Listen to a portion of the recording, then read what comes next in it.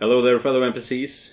I'm Scythe, and today we're going back into Chasing Sunsets. In the last episode, we had just saved Jay from drowning.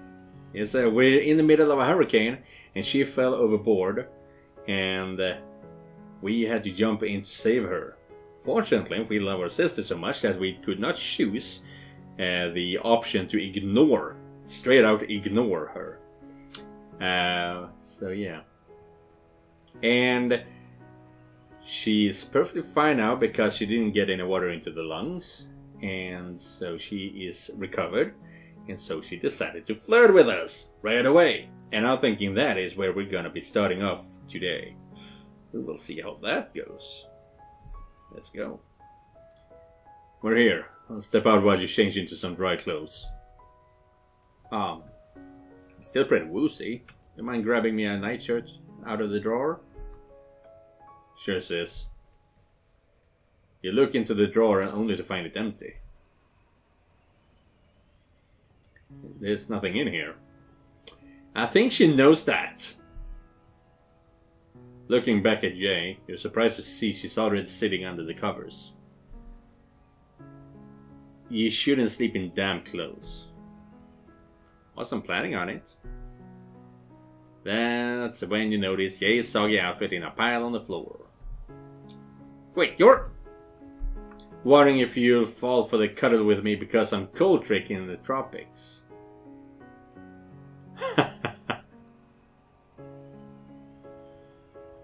I was right. You feel a strange tightness in your chest as the weight of the moment sinks in. Yeah, this puts your heart in your everything that is in the chest cavity you call your heart, puts it in a tight grip between what's it called? That thing that you twist and it gets tighter and tighter. I should go. Big storm. I declare an emergency bed fort. She is pulling out the punches here, all the punches. Can't be serious. Do you even remember the password? No, but this fort has strict no damp clothing policy. Choose wisely. God damn. This is what you get when you cross 20 love. 20 love. Oh my god. Woo, woo. Let me go get changed. I invoke the proximity clause of the Bedford Pact. The proximity what now? Yeah, it clears the throat dramatically. Once an emergency Bedford is declared, no party may leave until the storm is over. Wait, you have been planning this for 16 years? Maybe. Just to make absolutely sure I'm picking up what you're putting down. Yes, I just asked you to take out those damp rags and ride out this storm with me. Phrasing! Are you still doing phrasing? I can't do this. The Bedford Treaty must be honored. Are you surprised at my choice? Jesus. God damn. They are going at this in a very silly way. But as of right now, they still can't fully express everything. They are still uncertain about things. They need to hide it. And jokes and being stupid is their way of doing it. It's so silly, it's so dumb, but it's their thing. I think your fort has a lot more clauses than mine did. You won't know until you write it. You won't know until you're inside. Hey, phrasing! Jay love, Jay tryst. You undress self-consciously in front of Jay, who relishes your discomfort. Dude, stop acting like you're about to get a prostate exam. You purred on me this morning. Oh, how long ago was that? What happened then? That must have been 3 episodes, I think. I don't remember what happened. Jesus. Fuck you. You flip Jay off. But why is your hands like this? This should be... boom. Did you get a concussion from your spill? How many fingers am I holding up? That's the next level pillow talk that's gonna get Chef Tanaka to drop her panties. You dim the overhead lights before joining her on the bed. Classic you, blanket hog. Can I share some of that comforter? Scoot in closer, and I'll think about it. Ah, damn. Someone that is that confident is terrifying. I would be sweating bullets. Like cannonballs. Shitting bricks. That kind of everything. God damn. Team Fortress. Jay quickly covers you both up and you feel electricity in every incidental contact of her skin. Hi. We haven't been close like this since she tackled me for stealing her diary. Wow. What? I never thought we'd be like this again. Everything feels like it's holding its breath. Yeah. Almost on cue, a rumble of thunder shakes the yacht. The bed got bigger, but the force is gonna feel a lot smaller unless we get creative. Almost casually, one of Jay's bare legs brushes up against yours. I bet you uphold your perfect record of being the first one to fall asleep. Oh dude, in a storm like this, I would fall asleep instantly. But also, when I'm next to a girl that, I used to be like this in a way in my teenage years. But a lot of you guys can recognize it. When you sleep next to a girl you like, you can be up for the entire night because I don't know exactly what it is. Because it's not horniness, it's something else that keeps you awake. But I don't know what. I'm wide awake. I almost lost everything tonight. Both surprised and touched by the raw emotion in your voice. Jay smiles. I knew you would come for me. Everything that's happened until now has led us here. Yeah, but where is here? We can figure that out together. Did you have something in mind? We can start by getting what we've been holding back out in the open. Even if it hurts. Do you think we're ready for that? I don't think you have much of a choice here. You do not go this far without admitting subconsciously that there is something going on. You do not go this far without somehow telling that. I want to be. Maybe that's enough. Should I start? Yeah, I won't know my odds of surviving this talk until you establish a baseline. That's pure dude.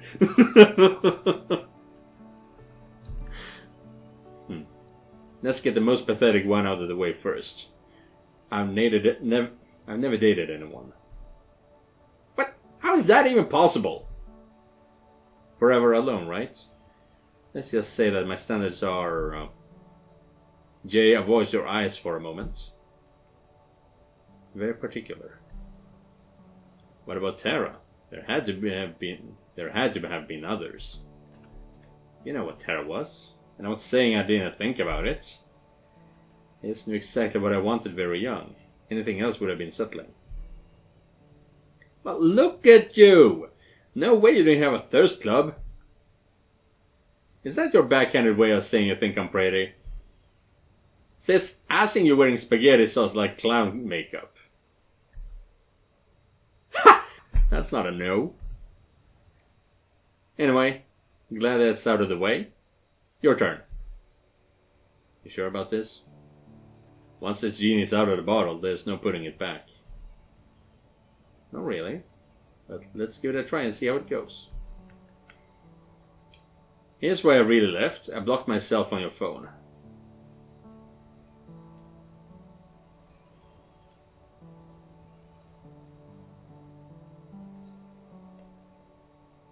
That is really tough.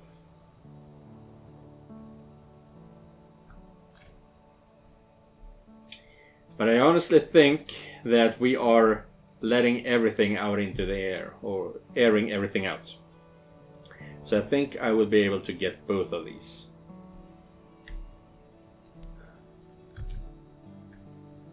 Do you know why I left? I think so. We left some clues. And Tequila Terry isn't as sneaky as you think she is. But I want to hear you say it. Well, you've read my journal, so you probably figured out I was... Spoiler alert, you idiot! I was in love with you too! Hindsight, I guess. Seems stupid pretending it wasn't there. Beyond dumb. If you knew, and I knew, why did we let this tear us apart? You see, this is what keeps me awake at night. Why couldn't we just get over ourselves? If you let me finish, I'll tell you how I saw it. I knew, if it happened back then, neither of us was ready for it. What's the worst that could have happened? We try and fail? You broke Mom and Dad's hearts out of fear? It's not like you. No. Jay looks away in pained silence, before speaking in a quavering voice. You broke my heart too, Kurt. Trying and failing is the worst thing that could have happened. You chicken out because it wasn't a sure thing? Life doesn't give guarantees. No. I knew I wanted it all with you. Not some teenage summer fling. Every bit of you, spaghetti face, throat punches and all, and I knew you were worth waiting for. This feels very contradictory to everything we've learned so far. The fact that he knew all of this from, what was he, 13 maybe? All up to the way he was 18 and then left. Doesn't add up in my opinion. He could not have had that much foresight. All the things. It's all out in the open now, isn't it? Jay stares at you in stunned silence. Her mouth moves as she struggles for words. You're right. It would have ended badly. Yeah, joke's on me though. Now we've been apart for so long, been so out of touch. I try so hard to forget, and you spend so long angry at me. Kurt. I don't even know if what I ran away to protect even exists anymore. Jay smiles reassuringly in response. If it does, we'll find out. You feel Jay's soft breath on your face as her body heat reveals her closeness. This is overwhelming, the intimacy of just talking like this. Your turn. What do I know that you wouldn't? Oh, Christian is asexual. Or at least he was when you punched his ticket. Is he now? So why is he trying to have sex with a bunch of people? What are you talking about? He literally tried to... Yeah, he did. And his father is an alcoholic asshole who beat him before being gay.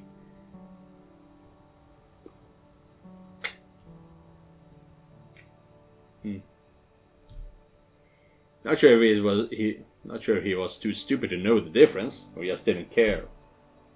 Still, that doesn't just do. I'd gone to the nurse's office for an ice pack, and he was there with a cigarette burn.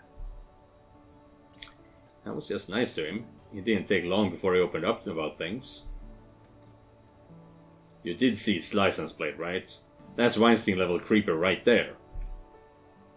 When a guy says he's swimming in pussy, how much do you really think he's getting?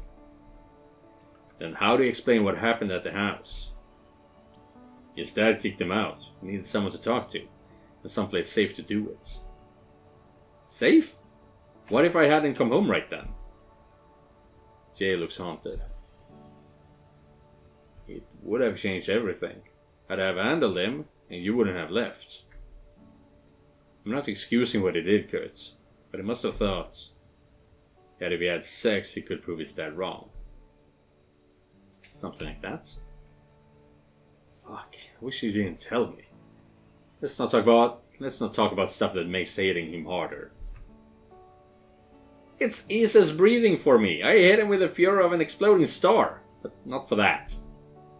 What he did led to what happened at the party, and our family was never the same again. Let's change the subject. It's your turn anyway. I need to come clean about something.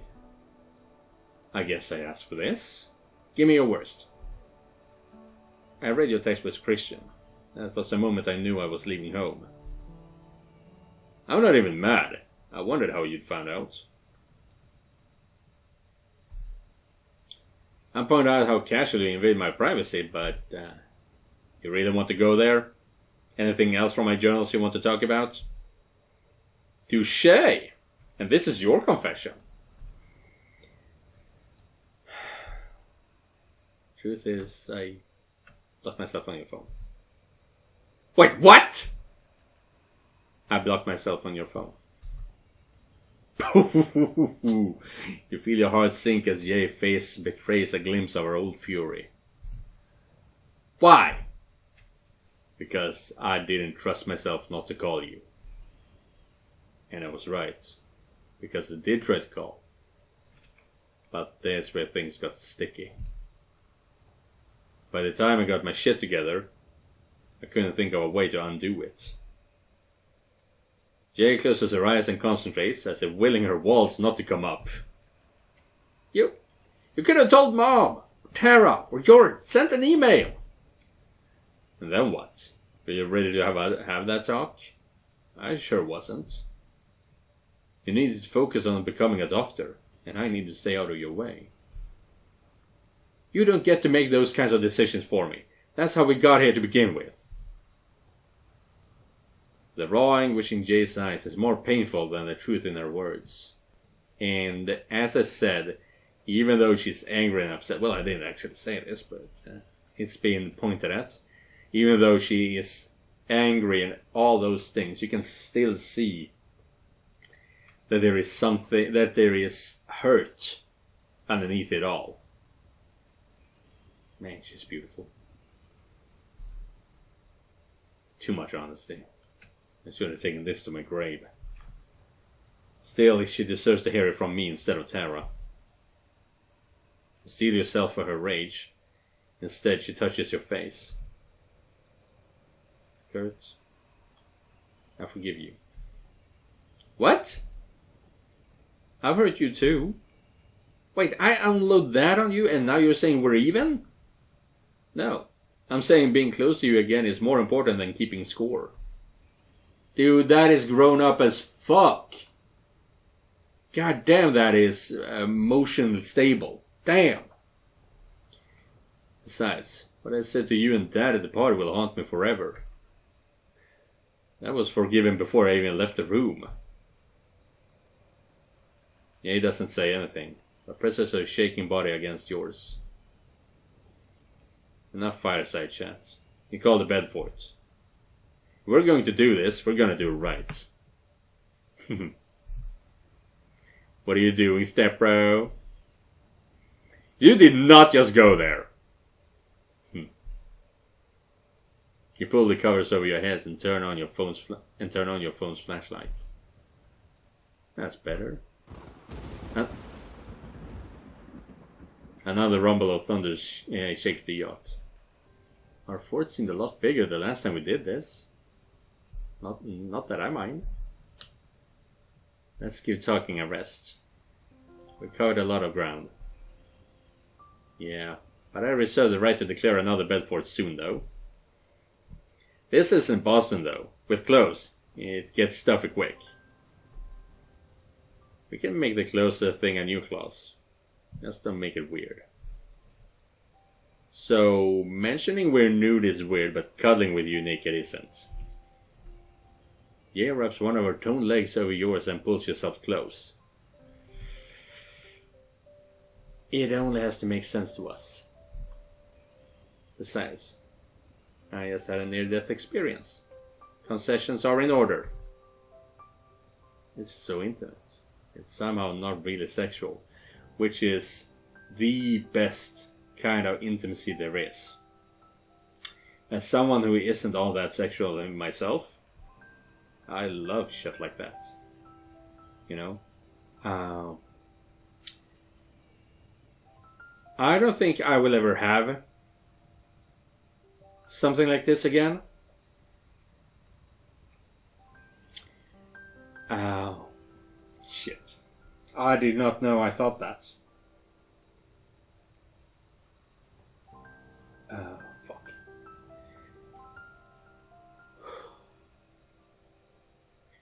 I've come to terms with that I am single. That I might be for maybe the rest of my life. And I do believe I'm okay with it, but it still hurts to talk about.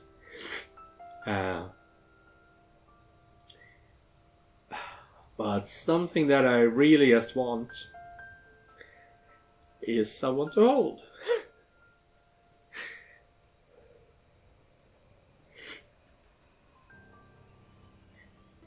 And for the very same reason that making these videos, reading these novels is difficult for a man to do, having someone to be that intimate with, without it being sexual, is also something that doesn't always exist in a man's world. I'm expected to want sex, and I expect myself to want it.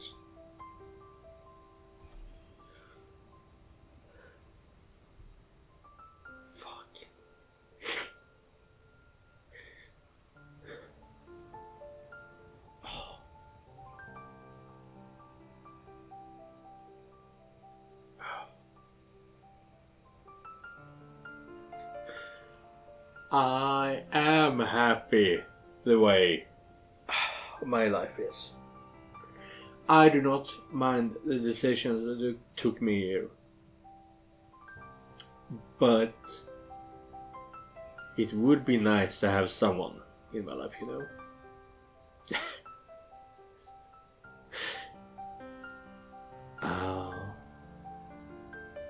And I don't know how to get it. Which is why I'm okay with being the way I am. Fuck. That really destroyed me damn fast. Shit.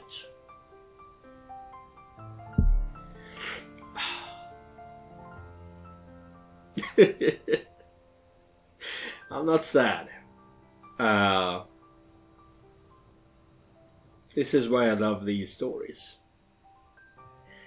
Because they allows us to explore things that we don't know how to explore in real life. Which is not only true for romance novels, but it's true for any kind of genre. We love post-apocalyptic stories because we want to know what a person can be driven into doing. We love action war movies because we can never experience war for ourselves. We want to know, we use these kinds of media to explore things we don't think we will ever encounter ourselves.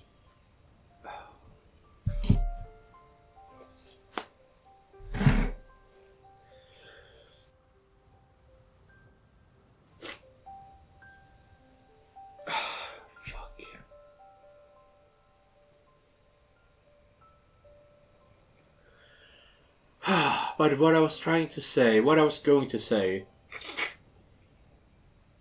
is that my ideal date would be being out on a green field of grass, having a nice picnic with some homemade food.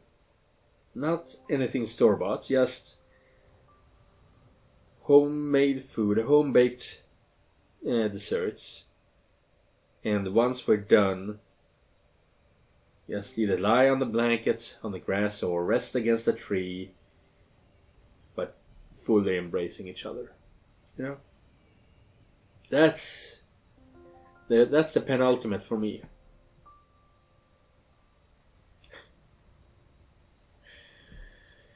I've only cried once before on camera. And people thought I was going to cry when Scythe jumped.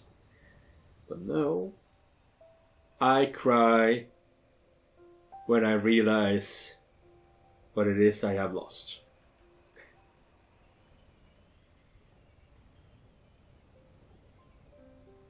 When it's something that I lost that I didn't want to lose.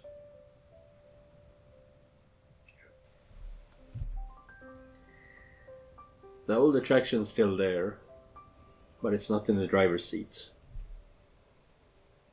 I thought it was going another direction.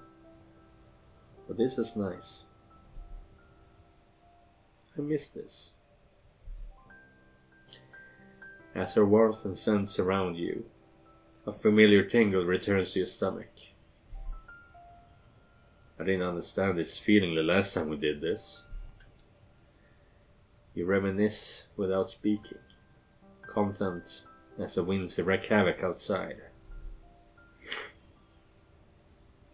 The entire length of Jay's body pressed against yours feels somehow familiar and natural.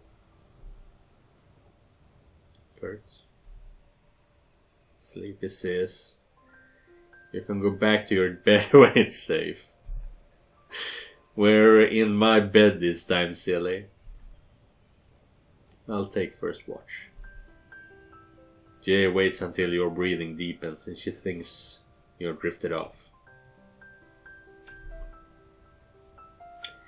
I'm still safe, wherever you are, Kurt.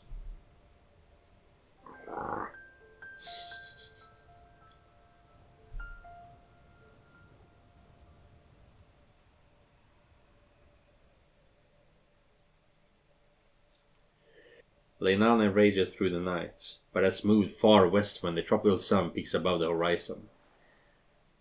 And that will we be cutting off for today's episode. Sorry about the outburst. I'm not sorry about it. But you didn't have to see it. Thank you for watching. I'll see you in the next one. And remember, just because you're not the main character, it does not mean you're not important. Goodbye, everyone.